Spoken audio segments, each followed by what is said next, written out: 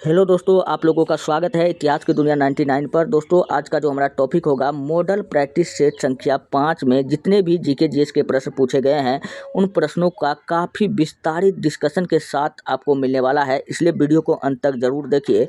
और ऐसा डिस्कशन शायद ही कम ही चैनल पर इतना डीपली करवाया जाता है, इसलिए मैं उम्मीद के साथ कहता हूँ दोस्तों कि आप लोग इस वीडियो को देखिए, आपके लिए काफ़ी फायदेमंद होगा।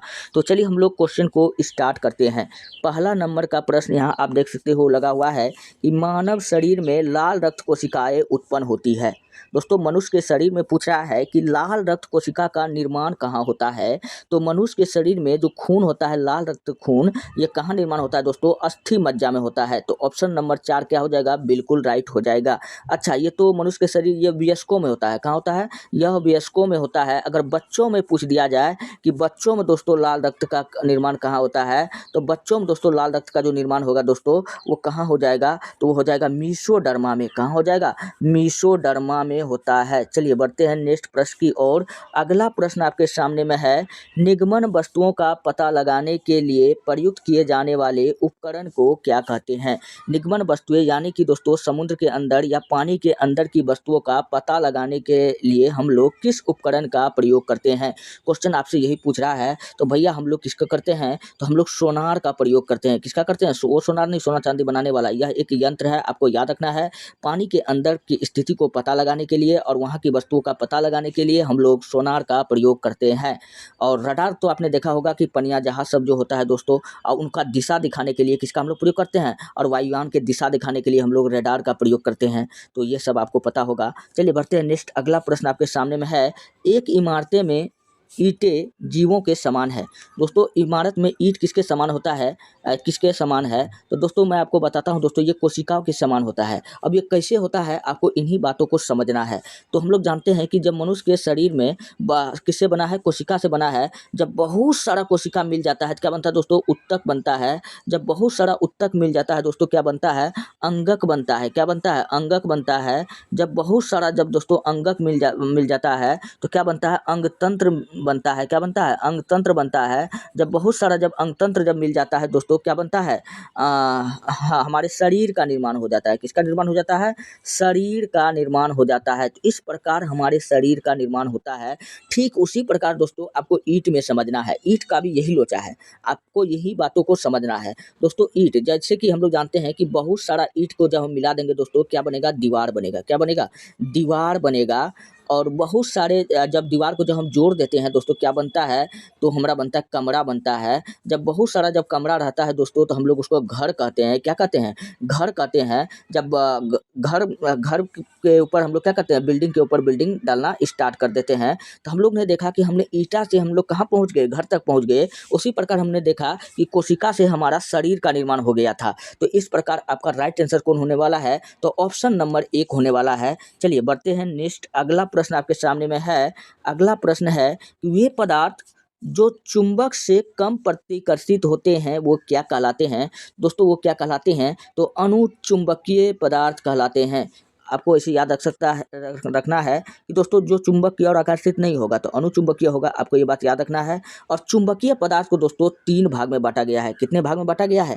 3 भागों में बांटा गया है। आपको ये बात याद रखना है। एक को हम लोग कहते हैं लोह चुंबक पदार्थ, फिर हम लोग कहते हैं प्रतिचुंबक पदार्थ, फिर हम लोग कहते हैं अनुचुंबकीय पदार्थ। क्या कहते हैं? अनुचुंबकीय पदार्थ। आपने पूरा यूट्यूब चैनल में छान लीजिएगा तो ऐसा हम नहीं कहते हैं कि कोई नहीं बताया होगा, हो सकता है कहीं बताया होगा, तो ऐसा ट्रिक नहीं बताया होगा, लेकिन है तो आप लोग कमेंट में ज़रूर बताइए। और दोस्तों आज मैं आपको ऐसा ट्रिक बता दूंगा इसको पहचानने के लिए। क्वेश्चन पूछा जाता है कि कौन लोह चुंबकीय पदार्थ है, कौन अनुचुंबकीय पदार्थ है, कौन प्रतिचुंबकीय पदार्थ है, तो आपको पसीना छोड़ा देगा एग्जाम हॉल में। इसके लिए मैंने आपके लिए साधारण सा ट्रिक लाया हूँ। आप लोग इस ट्रिक को सुनिए। उम्मीद करते हैं कि आज के बाद कहेगा कोनो चुंबक है तो आप क्वेश्चन को गलती नहीं कर पाइएगा। तो ट्रिक है भैया, क्या है? ऑक्सीजन तथा जिसके अंत में म लगा रहेगा। ऑक्सीजन तथा ओ से ऑक्सीजन होता है तथा जिसके अंत में म लगा रहेगा। क्या लगा रहेगा? जिसके अंत में म लगा रहेगा। जिसके अंत में क्या लगा रहेगा? म लगा रहेगा। क्या लगा रहेगा? म लगा रहेगा। दोस्तों जिसके अंत में म लगा रहेगा वो पूछेगा क्या होगा? तो आपको बताना है कि जिसके अंत में अनुचुंबक होगा। क्या होगा? वो अनुचुंबक है। जैसे अगर आपसे कहेगा कि एल्युमिनियम, तो एल्युमिनियम में देखिए म लगल है, तो म लगल है तो भैया तू कौन चुंबक है, तो वो तुम अणुचुंबक है। तो उसी प्रकार आपसे कहेगा सोडियम म लगल है तो कौन चुंबक है, तो वो अणुचुंबक है। और जिसमें दोस्तों ऑक्सीजन देखिए ओ लगल है तो ऑक्सीजन लगल है तो अणुचुंबक है। तो उसी प्रकार अगर आपसे क्वेश्चन पूछेगा कि लोह चुंबक को पहचानिए, तो लोह चुंबक में आपको 3 गो पदार्थ को याद रख लेना है। तो 3 पदार्थ कौन है, तो आपको बताना आयरन, निकेल, कोबाल्ट। क्या याद रखना है, आयरन आयरन याद रख लेना है, nickel cobalt, iron, nickel, cobalt, ये आपका क्या हो जाएगा दोस्तों, ये आपका क्या हो जाएगा, लोह चुंबक हो जाएगा। तो लोह चुंबक में आपको यही तीनों को याद रख लेना है। बात बाकी अगर दोस्तों आपसे कुछो पूछे तो आप कहिएगा कि भैया तू प्रति चुंबक पदार्थ है। जैसे आपसे कह देगा कॉपर, तो कॉपर में देखिए तो कहीं ऑक्सीजन लगल है ना, तांबा में कहीं ना लगल है। तो दोस्तों कॉपर क्या हो जाएगा दोस्तों, आपका प्रति चुंबक हो जाएगा। क्या हो जाएगा, प्रति चुंबक हो जाएगा। कहीं ऑक्सीजन नहीं लगा है, कहीं मो नहीं लगल है, तो क्या हो जाएगा, प्रति चुंबक हो जाएगा। उम्मीद करते हैं कि आपको समझ में आ गया होगा। अगर ट्रिक आपको अच्छा लगता है तो भैया प्लीज़ आप कमेंट कीजिए। और बढ़ते हैं फिलहाल नेक्स्ट प्रश्न की ओर। अगला प्रश्न है, यदि कोशिका को किसी विलयन में रखा जाता है तथा निवल प्रभाव यह है कि कोशिका फूलने लगती है, तब वह विलयन कौन सा है। अगर कोशिका को दोस्तों किसी विलयन में रखेंगे तो कोशिका क्या हो जाता है दोस्तों, फूलने लगता है। तो आपको उस विलयन की पहचान करने के लिए बताया गया है दोस्तों, वह कौन सा विलयन होगा दोस्तों, वो विलयन हो जाएगा हाइपोटोनिक विलयन हो जाएगा। क्या हो जाएगा, हाइपोटोनिक विलयन। तो मैं अब आपको बताता हूं कि हाइपोटोनिक विलयन क्या होता है दोस्तों। हाइपोटोनिक विलयन वह विलयन होता है जिसमें विलय की सांद्रता ज़्यादा होती है और पानी की सांद्रता कम होती है। तो विलय की सांद्रता हाइपोटेनियस विलयन में क्या होगा, ज़्यादा होगा, और पानी की सांद्रता क्या हो जाएगा, कम हो जाएगा। तो ऐसे विलयन को हम लोग क्या कहते हैं, हाइपोटोनिक विलयन कहते हैं। और इसी हाइपोटोनिक विलयन में याद रखना है कि ऑस्मोटिक दबाव ज़्यादा होता है। क्या होता है, ऑस्मोटिक प्रेशर ज़्यादा होता है। यानी कि ऑस्मोटिक प्रेशर को हम लोग कहते हैं परासरणी दाब, हिंदी में क्या कहते हैं, परासरणी दाब दोस्तों ज़्यादा होता है। आप किसी भी चीज़ को दाब लगाइएगा तो क्या होगा, सिकुड़ जाएगा। क्या होगा, तो सिकुड़ जाएगा। तो यही क्वेश्चन यहाँ पर कह रहा है कि फूलने लगती है तब वह विलयन कौन सा हो जाएगा, तो वो हाइपोटोनिक विलयन हो जाएगा। तो ऑप्शन नंबर 3 क्या हो जाएगा, राइट हो जाएगा। दोस्तों अगर आपको वीडियो अच्छा लगता है, हेल्पफुल लगता है, तब आप हमारे चैनल को सब्सक्राइब कर लीजिए और वीडियो को लाइक कर दीजिए, जितना हो सके अपने दोस्तों में शेयर कर दीजिए। और रोज क्लास का पीडीएफ आपका टेलीग्राम चैनल इतिहास की दुनिया 99 पर अपलोड हो जाता है, आप वहां से वीडियो का पीडीएफ ले सकते हैं। बढ़ते हैं नेक्स्ट प्रश्न की ओर। अगला प्रश्न है, वह पिंड जो उष्मा का अच्छा अवशोषक होता है निम्नलिखित में से कौन सा गुण वाला होता है। तो जो उष्मा का अवशोषक होगा वो अच्छा विकिरक होगा। क्या होगा, वो अच्छा विकिरक होगा। आपको याद रखना है, क्या याद रखना है, अच्छा विकिरक, अच्छा उष्मा का अच्छा अच्छा अवशोषक होता है। जो अच्छा विकिरक होता है उष्मा का अच्छा अवशोषक होता है। तो ऑप्शन नंबर 3 क्या होगा, राइट होगा। चलिए 56 नंबर का हो गया। अब हम लोग 57 नंबर की प्रश्नों की ओर बढ़ते हैं। तो क्वेश्चन हमारा है, किसी मनुष्य के लिए नदी के जल की अपेक्षा समुद्र के जल में तैरना अधिक सरल क्यों होता है। कोई भी मनुष्य अगर नदी में तैरता है तो दोस्तों क्या होता है कि नदी में जब तैरता है तो उसको तैरना उतना आसान नहीं होता है, जबकि समुद्र में वो आसानी से तैर सकता है। ऐसा क्यों होता है, तो ऐसा इसलिए होता है क्योंकि समुद्र के जल का घनत्व नदी के जल के घनत्व से अधिक होता है। इसलिए व्यक्ति क्या होता है, ज़्यादा तैरने लगता है, तो अच्छा से तैर पाता है यहाँ पर। तो ऑप्शन नंबर 2 क्या हो जाएगा, बिल्कुल राइट हो जाएगा। तैरने का नियम क्या है, तो तैरने का नियम क्या है कि आपका जितना वजन है आप उतना पानी को हटा दीजिए। तो अपना भार के अनुसार अपना पानी को हटा दीजिएगा। हाथ से देखिए, हाथ से जब हाथ चलाता है आदमी, लोग जब तैरता है तो अपने भार के अनुसार पानी को वो हटाता है, तब इंसान वो तैरने लगता है। शुरू में व्यक्ति अपने भार के अनुसार पानी को नहीं हटा पाता है, हाथ इधर उधर मारते रहता है, जिसके कारण वो डूबना स्टार्ट कर देता है। जो एक्सपीरियंस हो जाता है उसके बाद में वो अच्छा से तैर पाता है। चलिए बढ़ते हैं नेक्स्ट। अगला है, जल की कठोरता को समान रूप से किसके संदर्भ में मापा जाता है। तो जल की कठोरता को किसके संदर्भ में मापा जाता है, तो जल की कठोरता को 2 भाग में बांटा गया है। एक को बांटा गया है अस्थाई कठोरता, एक को कहा क्या गया है अस्थाई कठोरता, और एक को कहा गया है अस्थाई कठोरता। अब ये अस्थाई और अस्थाई कठोरता क्या है मैं आपको बताने वाला हूँ। यदि दोस्तों जल के साथ में, जल को हम लोग H2O कहते हैं, यदि जल के साथ में कैल्शियम क्या जुड़ा रहे, कैल्शियम जुड़ा रहे, और मैग्नीशियम जुड़ा रहे। क्या जुड़ा रहे? कैल्शियम या मैग्नीशियम जुड़ा रहे। तो आपको याद रखना है, क्या रखना है कि अगर जल के साथ में दोस्तों कैल्शियम या मैग्नीशियम जुड़ा रहे तो उसको हम लोग हाँ या बाइकार्बोनेट मिला रहे। तो कैल्शियम मैग्नीशियम जुड़ा रहे तो आपको क्या रखना है, बाइकार्बोनेट मिला रहे तो उसको अस्थाई कठोरता कहते हैं। क्या कहते हैं? अगर क्लोराइड या सल्फेट मिला रहे तो आपको क्या बताना है कि इसको अस्थाई कठोरता कहते हैं। तो अस्थाई कठोरता क्लोराइड और सल्फेट मिलल रहता है, और अस्थाई कठोरता क्या होता है? कार्बोनेट मिलल रहता है। तो आप लोग यहाँ पर देखिए कि यहाँ पर जल की कठोरता को समान रूप से किसके विधर्म में मापा जाता है? तो यहाँ पर आपका राइट आंसर क्या हो जाएगा? कार्बोनेट यानी मैग्नीशियम कार्बोनेट। तो मैग्नीशियम ने मिला हुआ है, तो मैग्नीशियम मिला हुआ है तो आपको क्या बताना है? कार्बोनेट बताना है। तो चलिए पहला, अगर कैल्शियम मिला रहेगा तो अस्थाई क्या हो जाएगा? कैल्शियम सल्फेट हो जाएगा, और जब मैग्नीशियम मिला रहेगा तो मैग्नीशियम कार्बोनेट बताना है। चलिए ऑप्शन नंबर 3 क्या होगा? राइट होगा। चलिए बढ़ते नेक्स्ट, अगला प्रश्न आपके सामने में है, अपशिष्टों में नियंत्रित स्थितियों के अंतर्गत जैविक पदार्थ के जैव अपघटन को क्या कहते हैं? तो आपको अब यहाँ बताना है। 59 नंबर का प्रश्न काफ़ी शानदार प्रश्न है दोस्तों। उसको हम लोग क्या कहते हैं? कंपोस्टिंग कहते हैं। क्या कहते हैं? कंपोस्टिंग कहते हैं। तो ऑप्शन नंबर 1 बिल्कुल राइट हो जाएगा। कंपोस्टिंग कुछ समझ में आया? बिल्कुल समझ में नहीं आया होगा, हम है ना आपको समझाने के लिए। चलिए कंपोस्टिंग क्या होता है दोस्तों? जैविक पदार्थ को खाद में बदलना क्या कहलाता है? कंपोस्टिंग कहलाता है।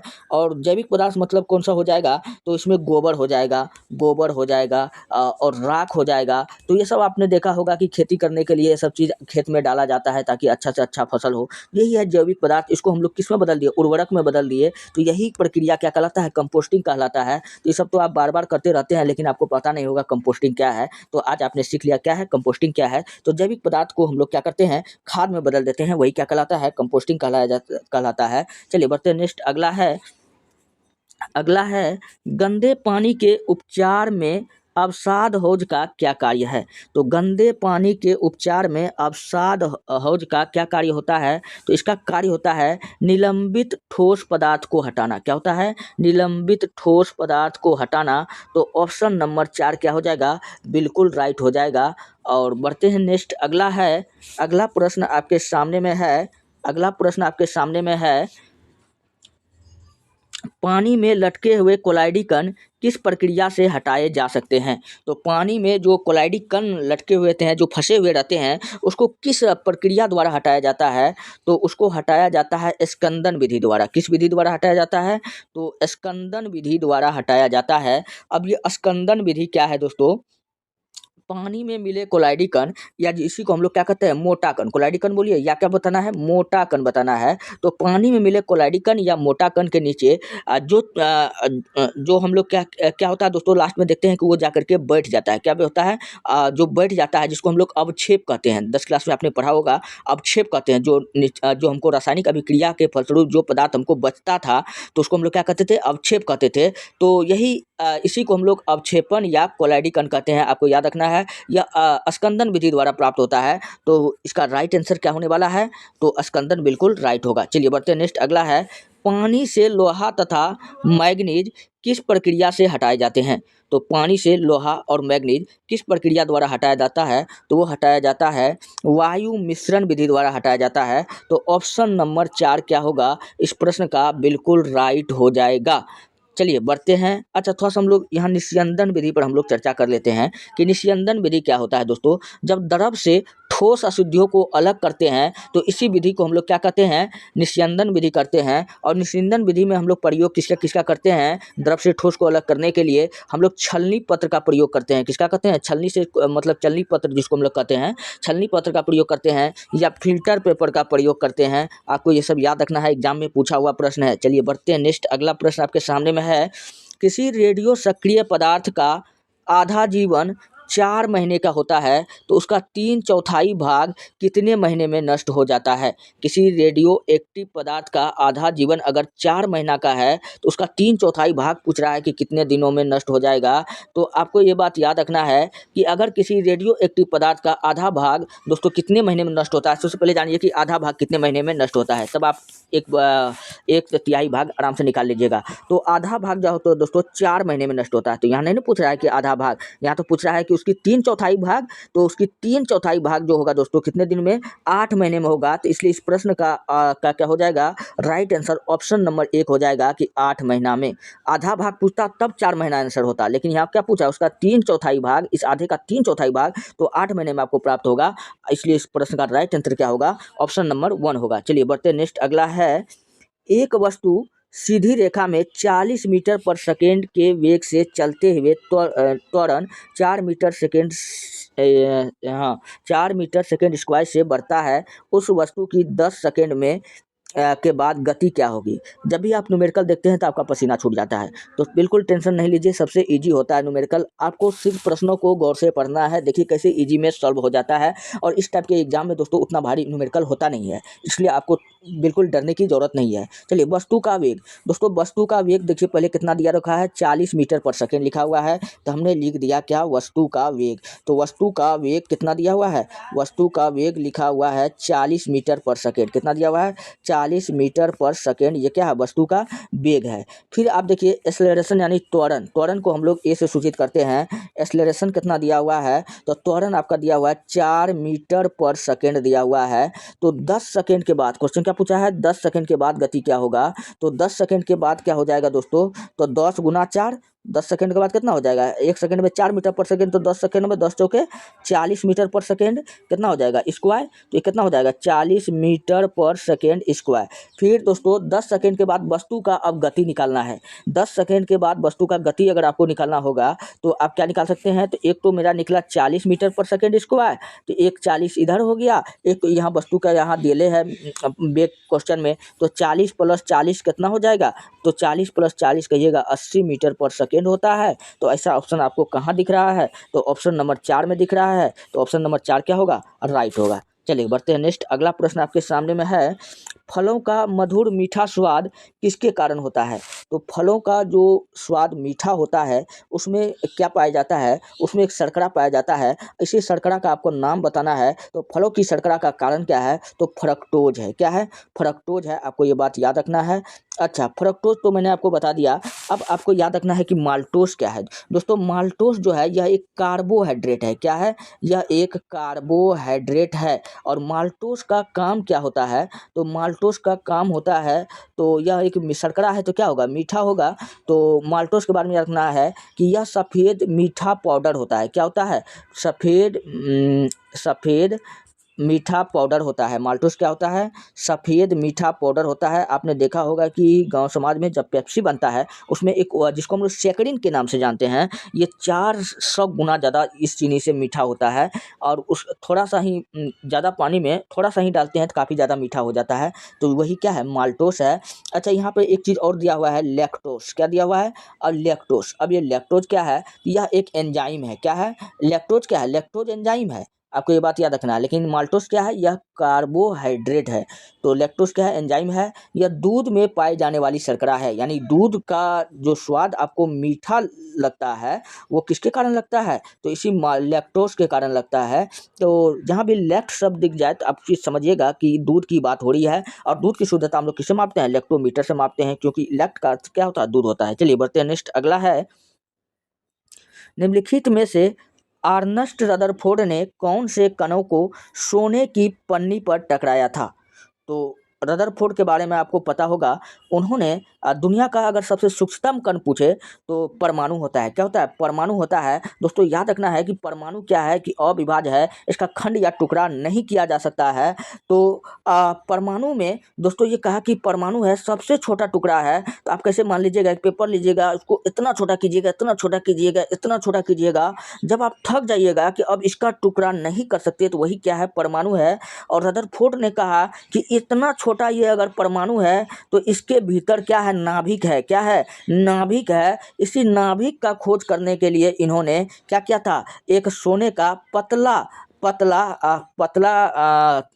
लिया था, सोने का पत्थर लिया, और इस पत्थर को दोस्तों मान लेते हैं ये सोने का पत्थर है, और इस पत्थर से अल्फा पार्टिकल को प्रहार कराया। किसको करवाया? तो सोने के पत्थर से अल्फा पार्टिकल को इधर मान लेते हैं कि क्या है, एक सोने का ये पत्थर है। यहाँ बढ़िया से हम आपको बता देते हैं। तो ये मान लीजिए कि कोई सोने का क्या है, पत्थर है, यहाँ से अल्फा पार्टिकल को इस पर प्रहार कराया। तो उन्होंने देखा कि एक किरण इधर चला गया, एक किरण इधर चला गया, और एक जो किरण था ये वापस लौट करके आ गया। ये वापस लौट के आ गया तो उन्होंने समझ गया कि यहाँ पर कुछ तो कुछ है, और इसी का नाम क्या दिया? नाभिक दिया। तो नाभिक को खोज करने के लिए अल्फा पार्टिकल का प्रयोग किया था। अगर नहीं समझ में आए तो मैं आपको बताता हूँ दोस्तों। अगर आप समझ लीजिए कि 3 बिल्डिंग है, क्या है? 3 बिल्डिंग है। दिमाग वाला लोग इस प्रश्न का जवाब दीजिएगा। मैं आपसे ही प्रश्न पूछूंगा कि चलिए एक यहाँ पर हम मान लेते हैं 3 बिल्डिंग बनाते हैं। चलिए सबसे पहले हमने एक घर लिया, इसमें 3 बिल्डिंग है, देखते हैं किसके पास में कितना दिमाग है।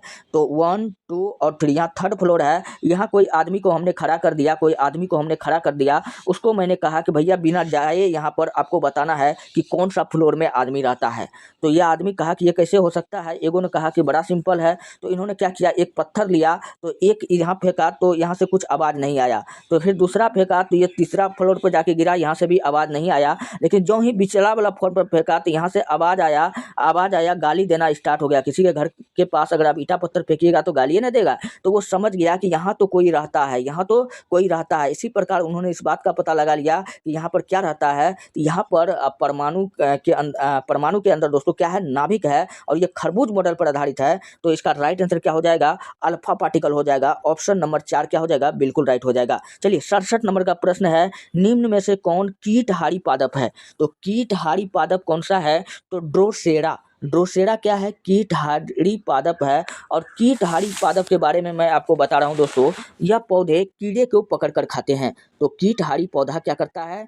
कीड़ा को खाता है। क्या खाता है? कीड़ा को पकड़ करके ये खाता है, इसलिए इस पौधा का नाम क्या रखा है? कीटहारी पौधा रखा गया है। और दोस्तों याद रखना है कि यह कीड़ा को खाता है, तो यह मांसाहारी पौधा होता है। क्वेश्चन पूछेगा ऐसा कौन सा पौधा है जो मांसाहारी है? तो आपको क्या बताना है कि कीटहारी पौधा ये कैसा होता है? मांसाहारी पौधा होता है। आपको ये बात याद रखना है। और कीटहारी पौधा का एग्जाम्पल अगर पूछे कि कौन कौन सा ऐसा पौधा है इसका 200 प्लस से अधिक प्रजाति का खोज हो चुका है, तो उतना नहीं याद रखना है। जो आपका प्रश्न पूछा जाता है तो उनको कम से कम आपको याद रखना है। जैसे मैं याद रखता हूँ वैसे आप भी याद रख लीजिए। एल्ड्रोवंडा, क्या याद रखना है?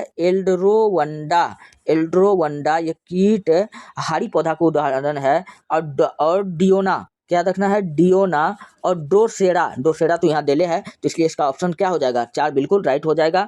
ड्रोसेरा और ड्रोसोफाइलम, तो ये 4 को पौधा का आपको नाम याद रखना है जो क्या है? कीटहारी पादप है। चलिए बढ़ते हैं नेक्स्ट, अगला है बीज बीज बीज प्रस्तुति किससे नियंत्रित होती है? तो बीज प्रस्तुति जो नियंत्रित होती है वो किससे होती है? तो वो होता है एब्सिसिक अम्ल से होता है। और यह अम्ल जो होता है दोस्तों पादप में पाया जाता है। कहाँ पाया जाता है? पादप में पाया जाता है। और एथिलीन क्या है? एथिलीन और एसिटिलीन, और ये भी क्या है? पादप हाँ, फलों को पकाने वाला हार्मोन पूछे कौन है? तो एसिटिलीन है। और चलिए बढ़ते हैं नेक्स्ट, अगला है द्विबीजपत्रियों में परागन में होता है। परागन में क्या होता है? तो जो द्विबीजपत्री होता है इनका बीज 2 भागों में विभाजित होता है। तो बीजों को हम लोग 2 भाग में बांटे हैं, एक को कहते हैं एक बीजपत्री और दूसरा को कहते हैं द्विबीजपत्री। और जिसका बीज 2 भाग में बढ़ जाएगा उसको द्विबीजपत्री कहते हैं। और द्विबीजपत्री में याद रखना है कि 3 जनन छिद्र होता है। कितना होता है? 3 जनन छिद्र होता है। तो ऑप्शन नंबर 2 क्या होगा? राइट हो जाएगा। अगर द्विबीजपत्री पौधा का उदाहरण पूछे कि जिसका बीज 2 भागों में बढ़ जाता है, कौन कौन है? तो आपको बताना है कि आलू, टमाटर, आलू हो गया, टमाटर हो गया, आलू हो गया, टमाटर हो गया, और मूंगफली हो गया, मटर हो गया, अदरक हो गया। ये सब क्या है? द्विबीजपत्री है। जबकि एक बीजपत्री में कौन कौन सा आएगा? तो गेहूं हो गया, मक्का हो गया, तार हो गया, क्या हो गया? तार हो गया। और आपको क्या बताना है? अदरक हो जाएगा, केला हो जाएगा, प्याज हो जाएगा, लहसुन हो जाएगा। ये सब क्या हो जाएगा? एक बीजपत्री पौधा का उदाहरण हो जाएगा। चलिए बढ़ते हैं नेक्स्ट, अगला प्रश्न आपके सामने में है कि अमरबेल कस्कुटा क्या है? दोस्तों अमरबेल कस्कुटा क्या है? तो अमरबेल का एक पौधा है जिसको हम लोग कस्कुटा भी कहते हैं। क्या कहते हैं? कस्कुटा भी कहते हैं। और याद रखना है कि यह एक कोशिकीय पौधा है। कैसा है? तो एक कोशिकीय पौधा है और यह परजीवी है। क्या है? परजीवी है। तो ऑप्शन नंबर 4 बिल्कुल राइट होगा। तो दोस्तों ये रहा आज के जीएस का प्रश्न और इसी सेट का अब जीके का बता हुआ है। तो नेक्स्ट वीडियो में मैं आपको इस जीके का यहाँ से स्टार्ट करूँगा। वंदे मातरम के अंग्रेजी के अनुवाद किसने किया था, और यहाँ से मैं आपको काफ़ी डीपली जैसे मैं इसको बताया हूँ, जीके का तो और बेहतरीन बताऊँगा क्योंकि जीके अपना फेवरेट है। और अगर आपको वीडियो अच्छा लगता है, हेल्पफुल लगता है, तब आप हमारे चैनल को सब्सक्राइब कर लीजिए और वीडियो को लाइक कर दीजिए। और रोज क्लास का पीडीएफ आपका टेलीग्राम चैनल इतिहास की दुनिया 99 पर अपलोड हो जाता है। वहाँ से आप वीडियो का पीडीएफ ले सकते हैं और इसलिए आप सब्सक्राइब करके दोस्तों रख लीजिए, क्योंकि जीके का सॉल्यूशन अगर देखना चाहते हैं तो नेक्स्ट वीडियो आपके लिए बहुत जल्द आ रहा है। 1-2 घंटे के अंदर में आपको मिल जाएगा। मिलते हैं नेक्स्ट वीडियो में। धन्यवाद।